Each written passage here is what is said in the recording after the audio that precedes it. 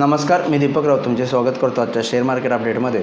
आज मार्केटनं सुरुवात पॉझिटिव्ह साईडला केलेली, पण ओपनिंगनंतरनं ॲज युजल मार्केट काल ज्या पद्धतीनं एक स्टॅग्नंट लेवलला ट्रेड केलं, सेम लेवलला आज मार्केटनं ट्रेडिंग केलं। ऑलमोस्ट 22,400 450 या रेंजमध्ये 50 पॉईंटच्या निफ्टीनं ट्रेड केला। क्लोजिंग लेवलला थोडं 22,400च्या खाली आलेला, पण ॲव्हरेज क्लोजिंग परत पुन्हा 22,400 येऊन बंद दिला आहे। बँक निफ्टीसुद्धा 48,100 आणि 48,200 या रेंजमध्ये ऑलमोस्ट एंटायर दिवसभर 48,000च्या आजूबाजूला ट्रेड करत राहिलो। कोणतेही फार मोठी मूव्ज बँक निफ्टीमध्ये सुद्धा बघायला मिळालं नाही आणि ओव्हरऑल काल ज्या पद्धतीनं लेवलला स्टेग्नंट ट्रेडिंग सेशन बघायला मिळाला, सेम पद्धतीचा एक ट्रेडिंग सेशन आपल्याला आजही बघायला मिळाला आणि ओव्हरऑल मार्केट जे आहे ते फ्लॅट टू पॉझिटिव्ह साईडला 22,400च्या आसपास बंद दिला।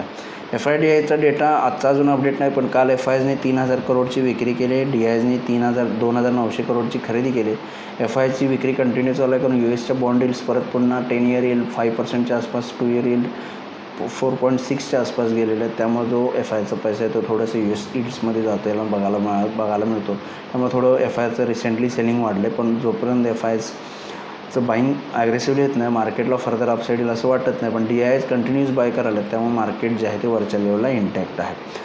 उद्यासाठी ट्रेड करायचं झालं तर उद्या मंथली एक्सपायरी आहे निफ्टी अँड स्टॉक फ्युचर्सची। थोडं चॉपी मला वाटतं मार्केट राहू शकतं, फर्दर दुपारनंतर वन वे मूव्ह येऊ शकतं आहे खाली किंवा वर, पण ओव्हरऑल काल ज्या निफ्टीच्या लेवल्स होत्या त्याच लेवल्स आजही इंटॅक्ट आहेत, कारण मार्केट त्याच रेंजमध्ये राहिले। त्यामुळे निफ्टीमध्ये 22,450 आणि 22,500 एक स्ट्रॉंग रेजिस्टन्स झोन आहे, जिथून आजही आपल्याला मार्केट खाली येताना बघायला मिळालं।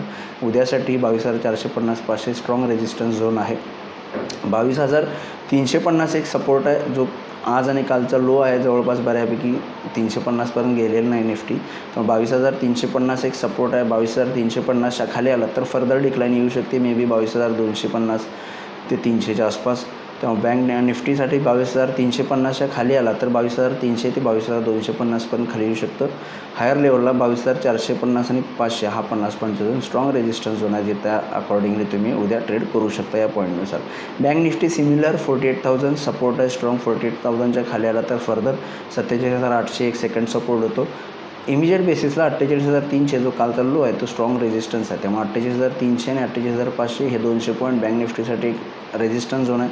48,300च्या वर गेला तर 48,500पर्यंत जाऊ शकतो, 48,500 सेकंड रेजिस्टन्स आहे आणि 48,000 एक स्ट्रॉंग सपोर्ट आहे। या लेवलनुसार तुम्ही बँक निफ्टीमध्ये उद्या ट्रेड करू शकता।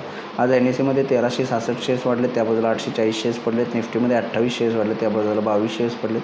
वाढणाऱ्या पडणाऱ्या शेअरची संख्या बऱ्यापैकी सेम आहे। निफ्टीमध्ये NSEमध्ये थोडे वाढणाऱ्या शेअर्सची संख्या जास्त आहे, पण सेक्टर इंडिसायजेसमध्ये मिक्स शो आहे। IT आणि मेटलवर थोडा दबाव बघायला मिळाला, बाकी फार्मा, बँक्स आणि ऑइल अँड गॅसवर थोडं पॉझिटिव्ह बायस बघायला मिळाला, एक पॉझिटिव्ह मोमेंटम बघायला मिळाला।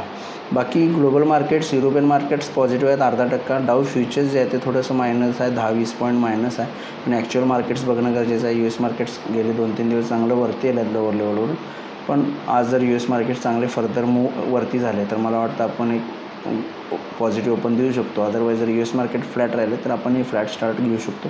त्यामुळे ओपनिंग जे आहेत ते ग्लोबल मार्केटवर अवलंबून आहे। तर बघूया उद्या मार्केट्स एक्सपायर दिवशी कशा पद्धतीने मूव्ह होते। माझा व्हिडिओ ऐकला त्याबद्दल धन्यवाद। माझा व्हिडिओ जास्तीत लाईक करा, शेअर करा, माझ्या चॅनल सबस्क्राईब करून डेली अपडेटसाठी बेल आयकॉनला क्लिक करा। धन्यवाद।